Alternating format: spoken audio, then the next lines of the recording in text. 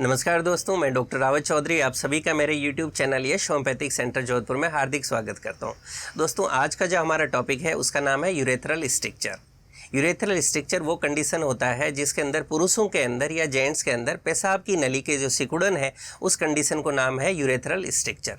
दोस्तों, इस बीमारी को और अच्छी तरह से समझने के लिए हम समझते हैं कि आखिर यूरेथ्रा क्या है और उसमें स्ट्रक्चर कैसे होता है। दोस्तों, पुरुषों के अंदर एक यूरिनरी ब्लैडर होता है। मान लीजिए यूरिनरी ब्लैडर है जिसके अंदर की पेशाब इकट्ठा होता है और वहाँ से एक नली पाइप नुमा स्ट्रक्चर नीचे आता है और उसका नाम है यूरेथ्रा। वो जो पाइप है जो कि यूरिनरी ब्लैडर से लेके और आगे तक नीचे पूरा उस यूरिन को बाहर लाता है उसका नाम यूरेथ्रा है। और ये यूरिनरी ब्लैडर से प्रोस्टेट के बीच से निकलते होते हुए उनके पेनिस से आके और लास्ट में उससे यूरिन बाहर आ जाता है। उस पूरे पाइप का नाम है यूरेथ्रा। इसका अपना एक फिक्स डायमीटर होता है, यानी इसकी अपनी एक फिक्स चौड़ाई होती है जो कि नेचुरल वे में होती है और जिससे कि यूरिन वहाँ से नेचुरल वे में फ्लो करता है। दोस्तों, इसका नाम है यूरेथ्रा। और जब इस यूरेथ्रा के अंदर स्ट्रक्चर हो जाता है, स्ट्रक्चर वर्ड का मतलब होता है कोई भी तरह की सिकुड़न हो जाना, यानी उस पैसेज का नैरोइंग, यानी वो जो पाइप है जो यूरेथ्रा जो हम डिस्कस कर रहे थे जिसका फिक्स डायमीटर है या चौड़ाई है, किसी भी कारण से जब उसकी चौड़ाई कम हो जाती है, वहाँ मांस बढ़ जाता है या और भी कोई रीजन से जो हम आगे डिस्कस करेंगे, उनके कारण जब उसकी चौड़ाई कम हो गई, डायमीटर कम हो गया, तो उस कंडीशन को बोलते हैं यूरेथ्रल स्ट्रक्चर, यानी यूरेथ्रा के अंदर होने वाला स्ट्रक्चर या पेशाब की नली में होने वाली सिकुड़न, इसका डिजीज का नाम है यूरेथ्रल स्ट्रक्चर। दोस्तों, अब हम बात करते हैं कि यूरिनरी स्ट्रक्चर के सिम्टम्स क्या क्या हैं। दोस्तों, इसमें सबसे पहला सिम्टम जो आएगा वो है नैरो स्ट्रीम ऑफ यूरिन, यानी कि जो आपकी कोई भी पुरुष जब रूटीन में यूरिन करने जाते हैं तो एक पेशाब की धार बनती है, एक फ्लो बनता है जिसके कारण कि एक प्रॉपर वे के अंदर यूरिन आता है। लेकिन वो लोग जिनको यूरेथ्रल स्ट्रक्चर हो गया है, यानी पेशाब की नली में सिकुड़न हो गया है, आप इसको ऐसे समझ सकते हैं।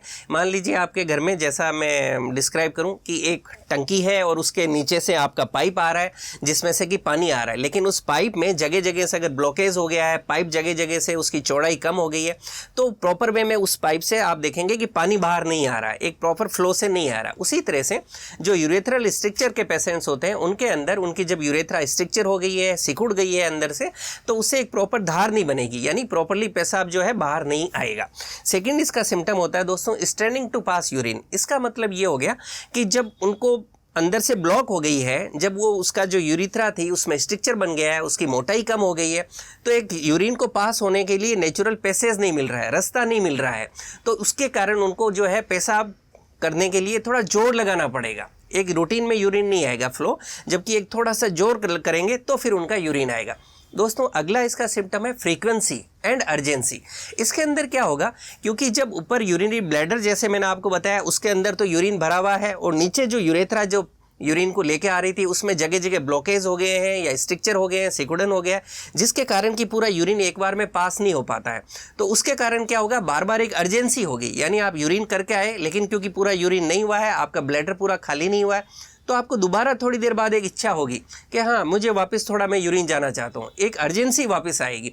सेकेंडली फ्रीक्वेंसी बढ़ जाएगी, यानी आपको बार बार यूरिन करने के लिए जाना पड़ेगा क्योंकि आपका ब्लैडर प्रॉपर्ली खाली नहीं हो रहा है इसके कारण। और नेक्स्ट सिम्टम है कि यूरिन करते समय आपको दर्द होगा, यानी आप जब यूरिन पास कर रहे होंगे तो क्योंकि आपकी जो यूरेथ्रा है उसके अंदर स्ट्रक्चर बन गया है, मास बढ़ गया है वहाँ का, तो वहाँ से जब यूरिन पास होगा तो वहाँ का नेचुरल जो उसकी एनाटॉमी है वो डिस्टर्ब हो गई है, जिसके कारण आपको वहाँ पे एक पेन फील होगा, एक डिस्कम्फर्ट और एक दर्द महसूस होगा, डिसयूरिया होगा।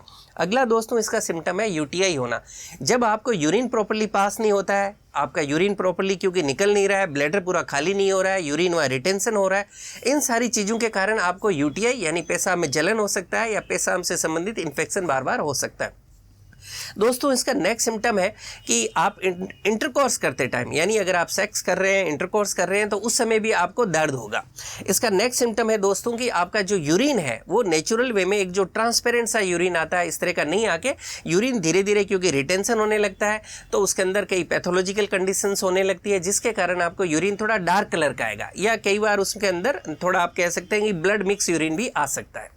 दोस्तों, अब हम बात करते हैं कि इसके कारण कि यूरेथ्रल स्ट्रक्चर क्या क्या कंडीशंस होती है, क्या क्या कारण होते हैं जिससे किसी भी पुरुष को कि ये यूरेथ्रल स्ट्रक्चर हो सकता है। दोस्तों, सबसे कॉमन कारण जो इसका देखने को मिला है वो है किसी भी तरह की सर्जरी। यानी वो पुरुष जिनको पास्ट में यानी पहले कभी भी किसी प्रकार की अगर सर्जरी करानी पड़ी है जिसके अंदर की उनकी यूरेथ्रा के अंदर यानी पेशाब की नली के अंदर कैथेटर लगाना पड़ा हो पर्टिकुलरली, तो उसके कारण यूरेथ्रल स्ट्रक्चर होना सबसे बड़ा एक कारण सामने देखने को मिला है। दोस्तों इसमें मोस्ट कॉमन कंडीशंस जो देखने को मिलती है, यानी बहुत से छोटे बच्चे भी होते हैं जिनकी यूरेथ्रा से प्रॉपर्ली यूरिन नहीं आता, तो उसके लिए भी एक नॉर्मल प्रोसीजर डॉक्टर करते हैं और उनकी यूरेथ्रा को डायलेट करते हैं, जिसके कारण भी उनको जो है कैथेटराइजेशन किया जाता है, उसके कारण भी ये जो यूरेथ्रल स्ट्रक्चर बन सकता है। दोस्तों देखा गया है कि थोड़े जो एज्ड पुरुष हैं जिनको की सर्जरी करानी पड़ती है, और मेनली जो सर्जरी होती है एज के साथ में वो होती है प्रोस्टेट की सर्जरी, यानी वो कंडीशन जिसमें उनका प्रोस्टेट बढ़ जाता है, जिसको बीपीएच भी कहा जाता है, या रूटीन में हम कहते हैं कि प्रोस्टेट बढ़ गया। वो जो सर्जिकल प्रोसीजर होता है उसके अंदर जब प्रोस्टेट रिमूव किया जाता है तो वहाँ पर एक कैथेटर इंसर्ट किया जाता है जिससे कि यूरिन फ्लो आराम से होता रहे। तो उस कंडीशंस के बाद में कि जब कैथेटर लगा दिया गया है उसके कारण भी यूरेथ्रा के अंदर इस तरह की यूरेथ्रल स्ट्रक्चर बनता है, और ये बहुत ही कॉमन देखा गया। आप इस तरह से अगर किसी का प्रोस्टेट बड़ा है तो सर्जरी के बजाय, हमने ऑलरेडी एक वीडियो है मेरा यूट्यूब पे जो कि बीपीएच या प्रोस्टेट एनलार्जमेंट नाम से है, आप उसको देखेंगे तो आपको पता चल जाएगा कि प्रोस्टेट बिना सर्जरी होम्योपैथिक ट्रीटमेंट से कैसे आप ठीक कर सकते हैं।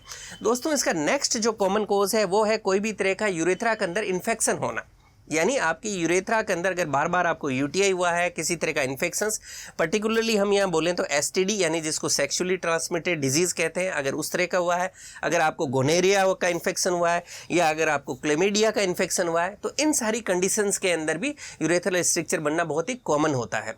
दोस्तों नेक्स्ट जो इसके अंदर काफ़ी कॉमन कॉज देखने को मिला है वो है किसी भी तरह की इंजरी, यानी अगर आपकी यूरेथ्रा के रीजन में कोई भी तरह की इंजरी हुई है जो आपको आगे चल के यूरेथ्रल स्ट्रक्चर में कन्वर्ट हो सकती है। बच्चे जो कि साइकिल वगैरह काफ़ी चलाते हैं उनके अंदर भी यूरेथ्रल स्ट्रक्चर बनाने के काफ़ी चांसेस रहते हैं, क्योंकि जो साइकिल का डंडा होता है रूटीन में बीच में बाईसाइकिल का, उससे भी वहाँ पर काफ़ी इंजरी लगने के चांसेस होते हैं। दोस्तों इसका नेक्स्ट और जो एक कॉज देखने को मिला है वो किसी भी तरह का पेल्विक रीजन का फ्रैक्चर या इंजरी, अगर ऐसे भी हिस्ट्री रही है तो उसके कारण भी देखने को मिला है कि बहुत से लोगों को यूरेथ्रल स्ट्रक्चर बन जाता है। अब हम बात करते हैं इसके ट्रीटमेंट पार्ट की। दोस्तों रूटीन के अंदर इसका जो ट्रीटमेंट होता है वो इसमें सर्जरी रिकमेंड की जाती है। आपने बहुत देखा होगा कि इसमें सर्जरी ही रिकमेंड की जाती है, क्योंकि एलोपैथिक मेडिसिन के अंदर इसका सर्जिकल प्रोसीजर ही इसका ट्रीटमेंट है। और इसके अंदर आजकल एक नई टेक्नोलॉजी भी आई है जिसको BMG कहते हैं, यानी बक्कल म्यूकोसल ग्राफ्ट प्रोसेस। इसके अंदर क्या होता है कि आपके मुंह के अंदर की जो स्किन होती है यहाँ से ग्राफ्टिंग की जाती है और यूरेथ्रा के अंदर वहाँ उसको लगाया जाता है। ये भी एक प्रोसेस है। बट दोस्तों इन प्रोसेस के अंदर, रूटीन के अंदर मैंने ये देखा है कि रिकरेंस बहुत ज़्यादा होता है, कि अगर आप सर्जरी करवा भी लेते हैं तो कुछ टाइम बाद के अंदर आपका स्ट्रक्चर वापस बन जाता है। तो दोस्तों ऐसे कंडीशन के अंदर आप बिल्कुल भी नहीं घबराएं, परेशान नहीं हो। अगर आपको यूरेथ्रल स्ट्रक्चर है तो यहाँ जो बेस्ट पार्ट जो हम डिस्कस करने जा रहे हैं वो ये है कि अगर कभी भी आपको इस तरह के सिम्टम्स हैं या आपको डायग्नोज हुआ है कि आपको यूरेथ्रल स्ट्रक्चर है, बिल्कुल परेशान न हो। आप अपने नज़दीक में कोई अच्छे होम्योपैथिक डॉक्टर जो है उनको सर्च करें, उनको अप्रोच करें। वो आपका इंडिविजुअली पूरे केस को समझेंगे, आपकी कंप्लेंट्स को समझेंगे और आपका होम्योपैथिक ट्रीटमेंट करेंगे। दोस्तों होम्योपैथिक ट्रीटमेंट से urethral structure most of the cases के अंदर बिल्कुल 100% क्योरेबल है। इसलिए आपको जब भी हो आप प्रॉपर्ली होम्योपैथिक ट्रीटमेंट लीजिए।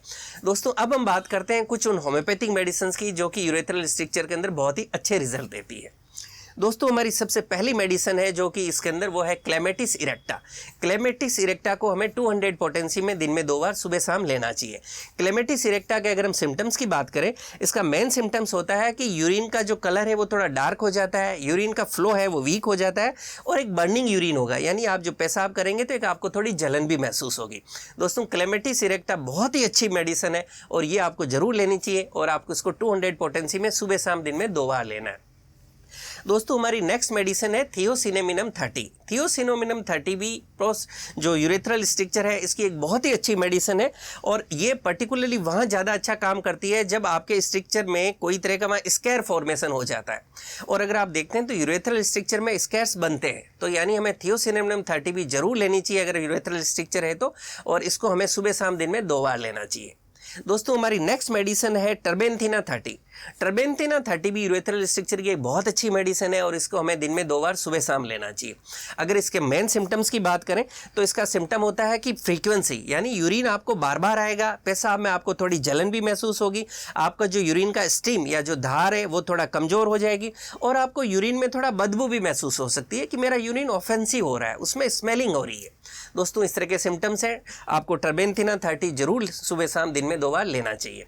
दोस्तों हमारी नेक्स्ट मेडिसिन है कैंथेरिस 30। कैंथेरिस 30 एक यूरेथ्रल स्ट्रक्चर की बहुत अच्छी मेडिसिन है और इसका मेन सिम्टम्स है यूरेथ्रल स्ट्रक्चर होना और साथ में यूरिन में जलन होना। अगर आप कैंथेरिस 30 लेते हैं तो धीरे धीरे जलन भी ठीक हो जाएगी और ये स्ट्रक्चर में भी हेल्प करेगी। दोस्तों नेक्स्ट हमारी मेडिसिन है chimaphila mother tincture. Chimaphila mother tincture urethral structure की एक बहुत अच्छी मेडिसिन है। इसके जो मेन सिम्टम्स की अगर हम बात करें दोस्तों, तो इसका सिम्टम होता है कि जब आप यूरिन पास करते हैं तो आपको थोड़ा आगे झुक के ही आप यूरिन पास कर पाते हैं, यानी अगर आदमी सीधा खड़ा है तो उसको यूरिन पास नहीं होगा, लेकिन थोड़ा ही जैसे बैंड होगा आगे की तरफ झुकेंगे उनको यूरिन आराम से पास हो जाएगा। उसके साथ के अंदर ही पेशाब करने के बाद उनको बहुत थकावट फील होगी और एक कंपनसी महसूस होगी, एक डिस्कम्फर्ट सा होगा, उनको हमेशा लगेगा कि मेरे पेनिस और एनल रीजन के बीच के अंदर कुछ हैवीनेस, एक डिस्कम्फर्ट भी फील होगा और यूरिन भी इसमें डार्क आएगा। चिमाफिला मदर टिंचर की हमें 15-15 बूंद दिन में 2 बार आधे कप गुनगुने पानी में मिक्स करके लेनी चाहिए। दोस्तों मैंने एक वीडियो भी बनाया है कि how to take homoeopathic medicine, आप उस वीडियो को जरूर देख लें तो आपको और अच्छी तरह से आप समझ पाएंगे कि किस तरह से हमें होम्योपैथिक मेडिसिन को घर पे स्टोर करना चाहिए, कैसे एक से दूसरे मेडिसिन के बीच में आपस में गैप रखना चाहिए और किस तरह से हमें पोटेंसीज या मदर टिंचर को लेना चाहिए। दोस्तों उम्मीद करता हूँ यूरेथ्रल स्ट्रक्चर पर दी गई जानकारी आपको पसंद आएगी। इसी तरह से मुझसे जुड़े रहने के लिए मेरे यूट्यूब चैनल यश होम्योपैथिक सेंटर जोधपुर को लाइक करें, शेयर करें, सब्सक्राइब करें और बेल आइकन जरूर दबाएं, जिससे मैं जैसे कोई वीडियो डालूं आपको नोटिफिकेशन मिल सके। Thank you.